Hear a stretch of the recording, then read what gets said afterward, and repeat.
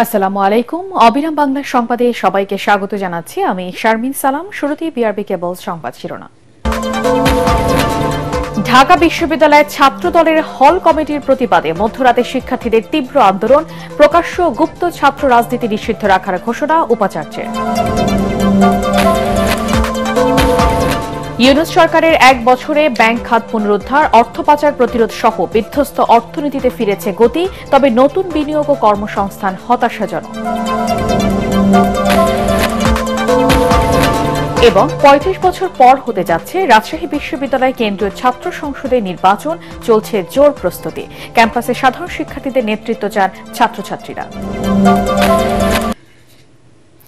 শুনছিলেন বিআরবি কেবল সংবাদ শিরোনাম, এবারে বিস্তারিত। ঢাকা বিশ্ববিদ্যালয়ে ছাত্রদলের হল কমিটি ঘোষণার প্রতিবাদে মধ্যরাতে আন্দোলনে নামেন শিক্ষার্থীরা। তাদের আশঙ্কা, এর মাধ্যমে আবারও গণরুম, গেস্ট রুম, কালচারে শিক্ষার্থীদের নির্যাতন করা হতে পারে।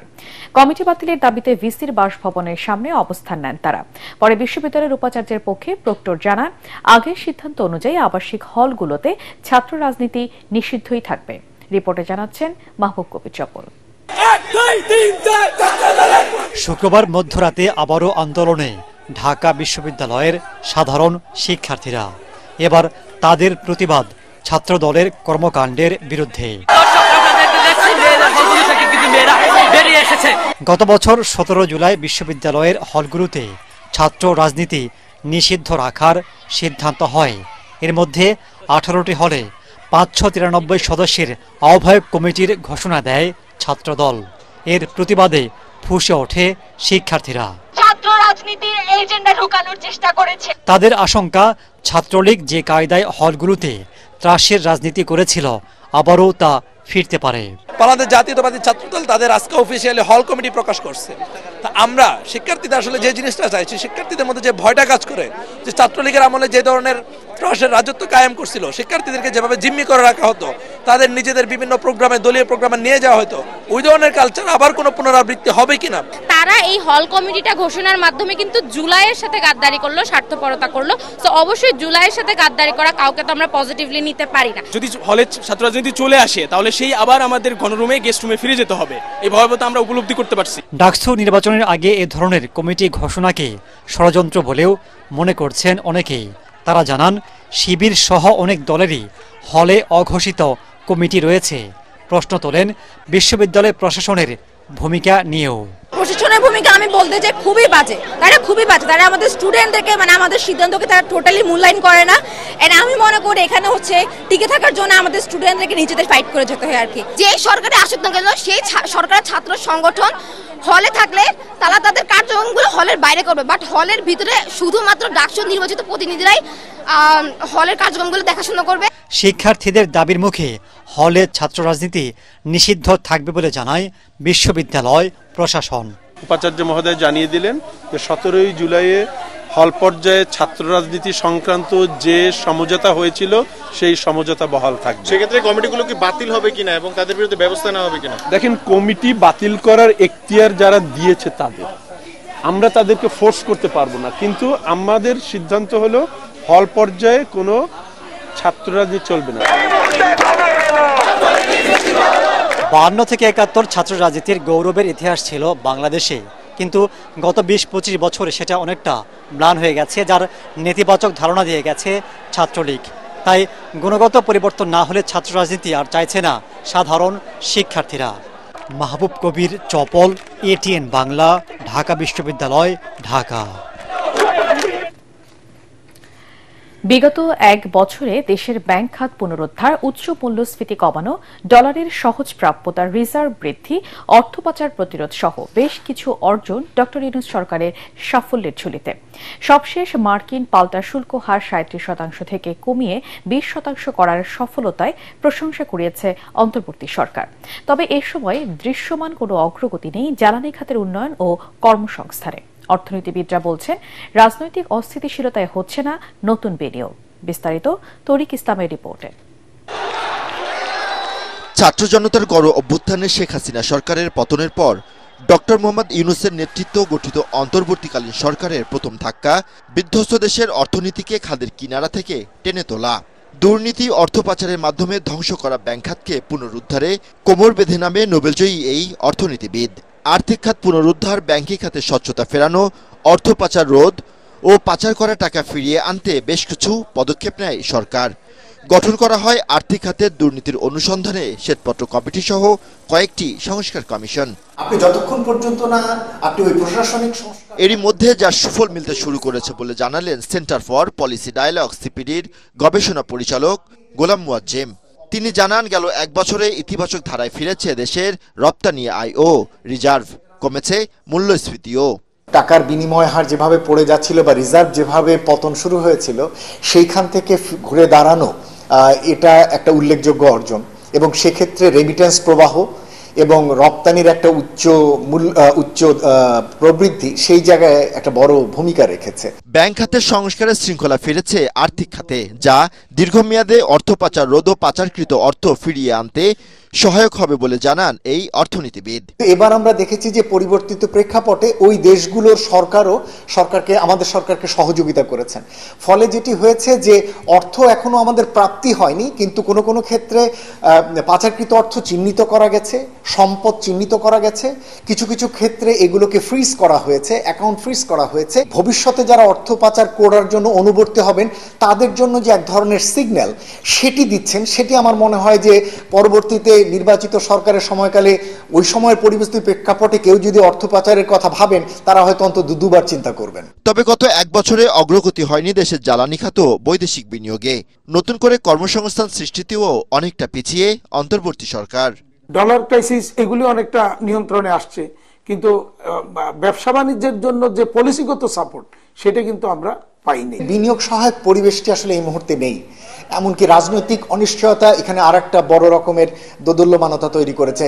অর্থনীতিবিদ ও ব্যবসায়ী নেতারা বলছেন, অর্থনীতির গতি স্বাভাবিক রাখতে দীর্ঘমেয়াদী পরিকল্পনা ও রাজনৈতিক স্থিতিশীলতা বেশি জরুরি। তরিক ইসলাম, এটিএন বাংলা, ঢাকা। 12 দলীয় জোট ও সমমনা কয়েকটি দলের শীর্ষ নেতাদের সাথে বৈঠক করেছেন বিএনপির ভারপ্রাপ্ত চেয়ারম্যান তারেক রহমান। গতরাতে চেয়ারপারসনের গুলশান কার্যালয়ে লন্ডন থেকে ভার্চুয়ালি যোগ দেন তারেক রহমান। বৈঠকে আসন্ন জাতীয় সংসদ নির্বাচন, সংস্কার, জুলাই ঘোষণাপত্র সহ চলমান রাজনৈতিক নানা ইস্যুতে আলোচনা হয় বলে জানা গেছে। 12 দলীয় জোট ছাড়াও এলডিপি, লেবার পার্টির শীর্ষ নেতারা উপস্থিত ছিলেন। বিএনপি মহাসচিব মির্জা ফখরুল ইসলাম আলমগীর বৈঠকে অংশ নেন। জাতীয় নির্বাচনের মধ্য দিয়ে জনগণের রায়ে বাংলাদেশকে একটি গণতান্ত্রিক রাষ্ট্র হিসেবে গড়ে তোলা সম্ভব হবে বলে আশা প্রকাশ করেন তারেক রহমান। অষ্টমবারের মতো ভাঙনের মুখে জাতীয় পার্টি। আজ গুলশানের একটি কনভেনশন হলে 10ম জাতীয় সম্মেলন ডেকেছেন জিএম কাদেরের বিরোধী অংশ। একে গভীর ষড়যন্ত্র উল্লেখ করে এতে সরকারের ইন্ধন রয়েছে বলে দাবি করেছেন জিএম কাদের অংশের মহাসচিব শামীম হায়দার পাটোয়ারি। তিনি বলেন, দলীয় গঠনতন্ত্র অনুযায়ী এটি সম্পূর্ণ বেআইনি এবং অবৈধ। আদালতের আদেশ অনুযায়ী সম্মেলন ডাকার এখতিয়ার এখনও জাপা চেয়ারম্যান জিএম কাদেরের। আরও জানাচ্ছেন হুমায়ুন চিশতি। নির্বাচন এলেই ভাঙনের সুর ওঠে জাতীয় পার্টিতে। সেই ধারাবাহিকতায় আবারও ভাঙছে দলটি। এর আগে 7 বার ভেঙেছে হোসেন মোহাম্মদ এরশাদের গড়া এই দল। দলের 10ম জাতীয় সম্মেলন নিয়ে চেয়ারম্যান জিএম কাদেরের সাথে বিরোধ তৈরি হয় সিনিয়র কো চেয়ারম্যান আনিসুল ইসলাম মাহমুদ, কো চেয়ারম্যান রুহুল আমিন হাওলাদার, মহাসচিব মুজিবুল হক চুন্নু সহ শীর্ষ পর্যায়ের নেতাদের।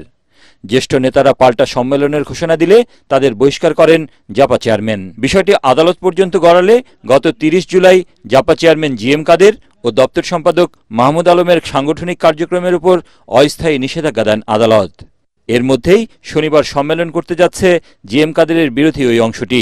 নেতৃত্বে ধারাবাহিকতা রক্ষায় অতি দ্রুত জাতীয় কাউন্সিলের অনুষ্ঠানের সিদ্ধান্ত গৃহীত হয়। জাতীয় কাউন্সিলের তারিখ নির্ধারণ করা হয়েছে 9 আগস্ট। এইবারে যে পরিবর্তন আসছে, এই পরিবর্তনে আমরা জাতীয় পার্টিকে নিয়ে মানুষের কাছে থাকব।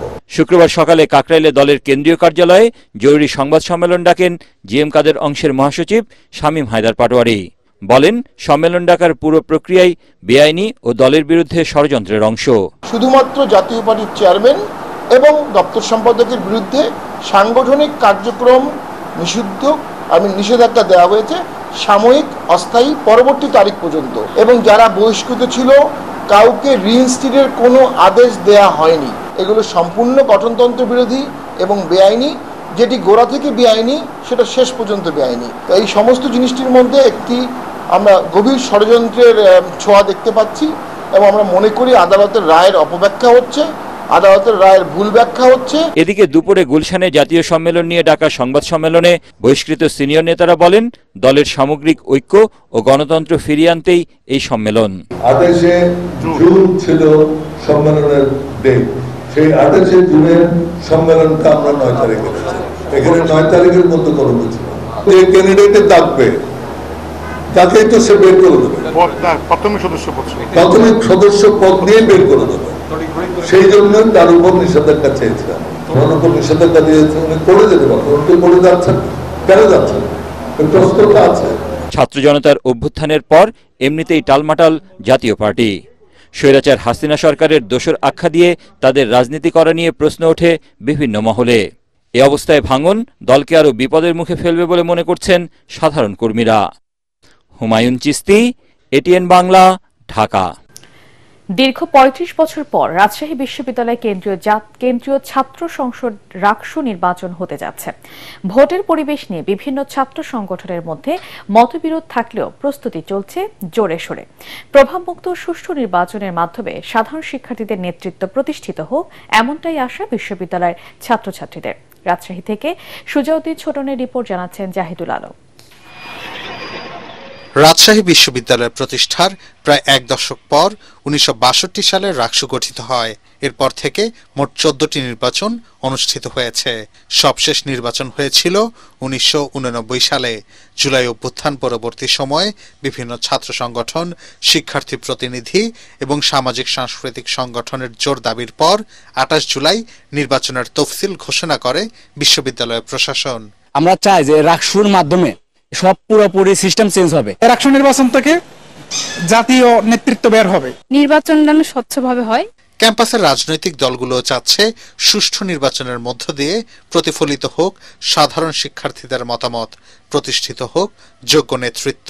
আমরা বিশ্ববিদ্যালয়ের প্রশাসনকে আবারও অনুরোধ করব যে আপনারা অন্ধ দলীয়করণ থেকে মুক্ত করে রাজশাহী বিশ্ববিদ্যালয়ের শিক্ষার্থীদের জুলাই আগস্টের যে চেতনা, মহান মুক্তিযুদ্ধের যে চেতনা, সাধারণ মানুষের যে প্রত্যাশা, সেই প্রত্যাশা অনুযায়ী আপনারা কাজ করবেন। ছাত্র দল আছে, তারপরে অন্যান্য ছাত্র সংগঠন আছে, সবাই মিলে যেন আমরা রাষ্ট্র নির্বাচন সম্পন্ন করতে পারি সেই আহ্বান জানাই।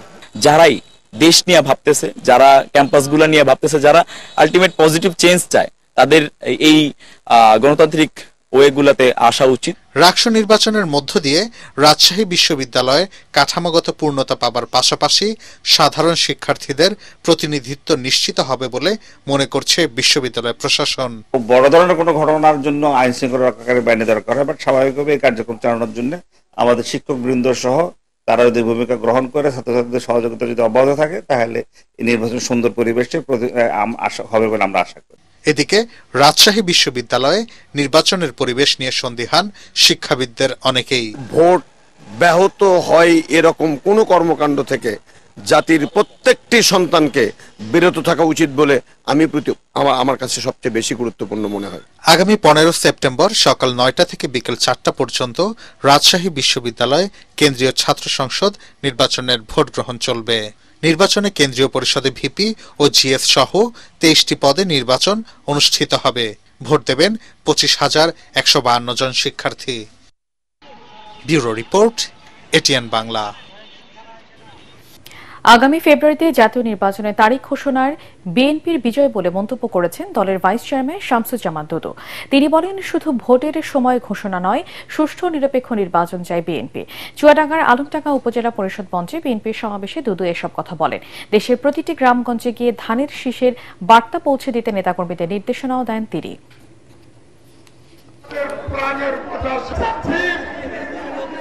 আগামী যে নির্বাচন আসছে ফেব্রুয়ারি মাসে, সেখানে ধানের শীষ ছাড়া সারা বাংলাদেশে আর কিছু পাত্তা পাবে বলে আমার কাছে মনে হয় না।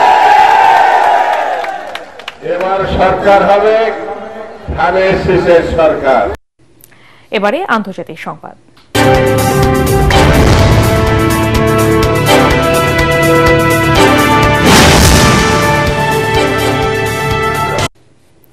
এদিকে ইসরায়েলে আর অস্ত্র দেবে না জার্মানি। দেশটির চ্যান্সেলর ফ্রেডরিশ মের্জ জানিয়েছেন, পরবর্তী সিদ্ধান্ত না হওয়া পর্যন্ত এই আদেশ বহাল থাকবে। আন্তর্জাতিক বিশ্বে ইসরায়েলের সবচেয়ে ঘনিষ্ঠ মিত্রদের মধ্যে অন্যতম জার্মানি। চ্যান্সেলর ফ্রেডরিশ মের্জ বলেছেন, ইসরায়েল কিভাবে হামাসকে গাজা থেকে বিদায় করবে ও সেখানে বন্দী ইসরায়েলি জিম্মিদের কিভাবে মুক্ত করা সম্ভব হবে তা বুঝতে পারা জার্মানির জন্য কঠিন হয়ে উঠছে। তাই এই পরিস্থিতি ইসরায়েলে অস্ত্র রপ্তানি বন্ধ করার সিদ্ধান্ত নিয়েছে জার্মানি। আর কোনো নতুন স্বৈরাচার হতে দেওয়া যাবে না বলে মন্তব্য করেছেন প্রধান উপদেষ্টার বিশেষ সহকারী সাংবাদিক মনির হায়দার। 24-এর গণ অভ্যুত্থান পরবর্তী এই শপথ নিতে সবার প্রতি আহ্বান জানিয়েছেন তিনি। মেহেরপুরে গণ অভ্যুত্থান পরবর্তী সুধীজন সভায় এসব কথা বলেন। গণতন্ত্রের নতুন অভিযাত্রার সন্ধিক্ষণে বাংলাদেশ উল্লেখ করে সবাইকে একসাথে কাজ করার আহ্বানও জানান তিনি। জেলা প্রশাসনের আয়োজনে এ সময় উপস্থিত ছিলেন জেলা প্রশাসক সিফাত মেহনাজ, অতিরিক্ত পুলিশ সুপার জামিনুর রহমান খান। সভায় জেলার রাজনৈতিক নেতৃবৃন্দ, ব্যবসায়ী, শ্রমিক নেতৃবৃন্দ, বিভিন্ন সামাজিক সংগঠনের প্রতিনিধিরা অংশ নেয়। এবারে খেলার খবর।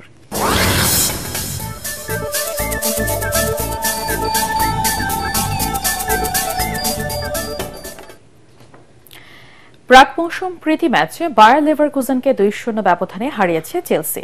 গত 16 মে ইংলিশ প্রিমিয়ার লিগে ম্যানচেস্টার ইউনাইটেডকে হারানোর পর স্ট্যামফোর্ড ব্রিজে এটিই ছিল চেলসির প্রথম ম্যাচ। তারপরে 2.5 মাসে Chelsea champions league, conference league, এমনকি আমেরিকায় গিয়ে ক্লাব বিশ্বকাপও জিতেছে। নতুন মৌসুম শুরুর আগে দলের খেলোয়াড়দের পরখ করার পালা ছিল তাদের। খেলার 19 মিনিটে ব্রাজিলিয়ান রিক্রুট এস্তাভো এগিয়ে দেন অল ব্লুদের। 90 মিনিটে ব্যবধান দ্বিগুণ করেন জোয়াও পেদ্রো। আগামীকাল রোববার তারা দ্বিতীয় প্রাক মৌসুম প্রীতি ম্যাচে এসি মিলানের মুখোমুখি হবে। শেষ করার আগে বিআরবি কেবল সংবাদ শিরোনাম আরেকবার। ঢাকা বিশ্ববিদ্যালয়ের ছাত্র দলের হল কমিটির প্রতিবাদে মধ্যরাতে শিক্ষার্থীদের তীব্র আন্দোলন, প্রকাশ্য গুপ্ত ছাত্র রাজনীতি নিষিদ্ধ রাখার ঘোষণা উপাচার্যের। ইউনূস সরকারের 1 বছরে ব্যাংক খাত পুনরুদ্ধার, অর্থ পাচার প্রতিরোধ সহ বিধ্বস্ত অর্থনীতিতে ফিরেছে গতি, তবে নতুন বিনিয়োগ ও কর্মসংস্থান হতাশাজনক।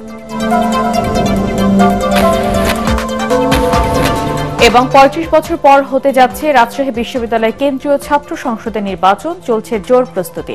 ক্যাম্পাসে সাধারণ শিক্ষার্থীদের নেতৃত্ব চান ছাত্রছাত্রীরা।